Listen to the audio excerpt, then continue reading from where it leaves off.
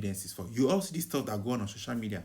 We all see the LGBT plus representation that is happening on social media. We all see the narratives and how it's trying to be normalized in society and how they are pushing for the acceptance of LGBT plus people in our society. It is a reality of our time today. And the question is, are the government aware of this? The question is, what do we think about this and what do we think that we should be doing about this?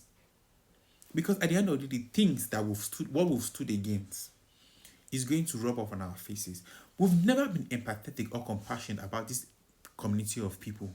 And look, as we have fought them, as we have pushed them out of society, as we have, our families have disowned them, they have gone into the world, and I tell you, they are coming back as a formidable force.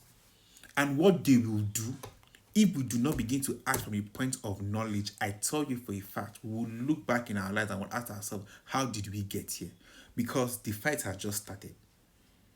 And when I mean fight in quotes, because they are doing things, and the fact that they have people, organizations who would sponsor them. I want to talk about platforming the wrong voices in media spaces. This is what it is.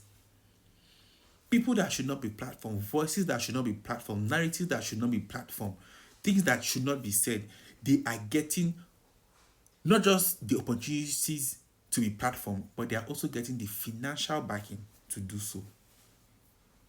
Voices like myself, I used to have a podcast back in the day. I stopped doing my podcast because of the cost was just too much. It was so much of a burden. And so I had to leave leave podcasting for a while. I started vlogging this way.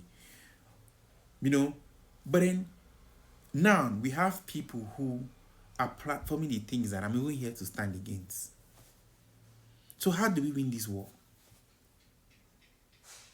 For instance, my podcast, and I'm trying to go to the next level, which is if I want to come back, and then I want to bring people. Let the conversation become bigger. Bring experts, religious houses. Religious leaders. Legal people in the legal industry, people in the government, policy changers. Let's share ideas. If the issue of homosexuality cannot be eradicated from our society, how do we manage it?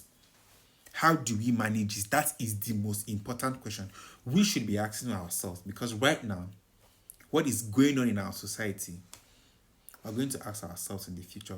But the conversation just got started. There's more to come. Stay tuned. Cheers.